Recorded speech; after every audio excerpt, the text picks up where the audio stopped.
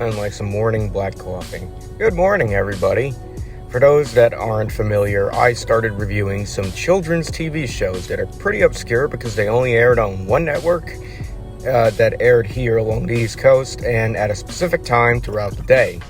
These are the thumbnails for the two videos that I am talking about. The links in the description will be provided for those that might have missed out on this series I've been doing. Today I'm getting into the third TV show on Animania in the early 2000s, so let's take a step back to 2006 with me. So what's the next show I'm going to be talking about today? Drum roll, please.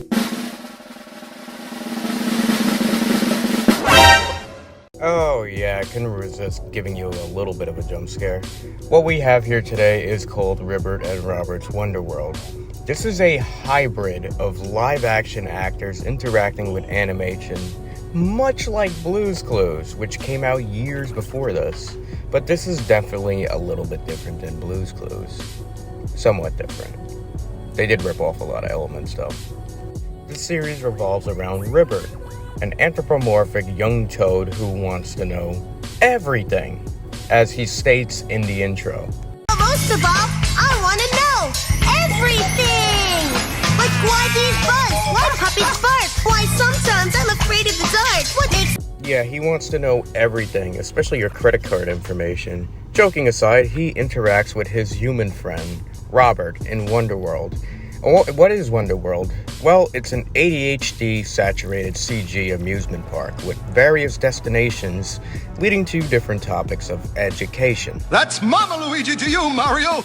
It's actually quite creative, I gotta give it that, and the way the world is animated just reminds me of like an old Wii game from fucking 2006 or 2007. It's got some nostalgic elements, I guess. The format of each episode is pretty repetitive though, and that's where I think this series, why it lasted so long, is because it kept recycling a lot of footage and a lot of audio. Ribert, being like any kid at his age, which is supposed to be 5, is curious by nature to learn a lot and has a lot of questions. Like the kid who doesn't know the word stop, calm down. Why does it rain? How old am I? I want a bicycle. Did the stork bring me? Can I have some candy? What's a Republican? I want a nickel. When do we eat? Is Santa Claus real? Can I go to a show? Shut up! Besides Ribert, the second main character, Robert, is a grown man who I swear has the most infectious smile I've ever seen on a human being. 3 magic keys. And learn today's secret word? He's Ribert's human best friend who rides along on the coaster that takes both him and Ribert to different destinations in the park. It's very interactive with the viewers, calling them, and me, Power Pals. And they make us wear this helmet for our own protection and safety because I don't see anything. And this is not OSHA approved, this roller coaster. I don't see a lot of safety precautions here. They say it's your thinking cap in a way, but really it's there to cover their ass so their insurance is set in motion that these kids are safe. A lot of the subjects include world travel, history, cultures, art, and dinosaurs. What's not to love? The main goal of each episode is to solve puzzles and challenges so Ribert and the viewer can progress. Whenever they solve a puzzle correctly, they are given a magic key. Now, this is one of the most annoying aspects of these keys. They all have human girls' faces on them and are named Jen, Lee, and Tiffany. I think it would be more cool if they changed up the keys, giving them each a unique look instead of just repeating the same 3 over and over again, which they do throughout the 78 episode run of this series. Stethoscope to listen to your heartbeat. Great work, Power Pals. Hey, it's Jen, our first magic key. Anyway, when one of these doors opens, it's usually a human performing a skit or describing the day's subject matter. A recurring character who's always at the end or sometimes the very beginning of each episode is Cousin Chris, who's an artist. And he was my favorite part of every episode growing up, teaching you how to draw using basic shapes. When you've collected all the magic keys, you get to know the mystery word of the day. And once the mystery word of the day, Ribert and Robert say goodbye in a farewell song. We'd love to see, so goodbye. Goodbye. Goodbye. Goodbye. Goodbye. May all your dreams. Sound familiar? It should. Now it's time for so long. Now, if it wasn't too obvious enough, I established this right at the beginning of this review. There's a lot of stuff being stolen from Blue's Clues here, and not in a subtle way either. Right down to the fucking farewell song. Like, come on.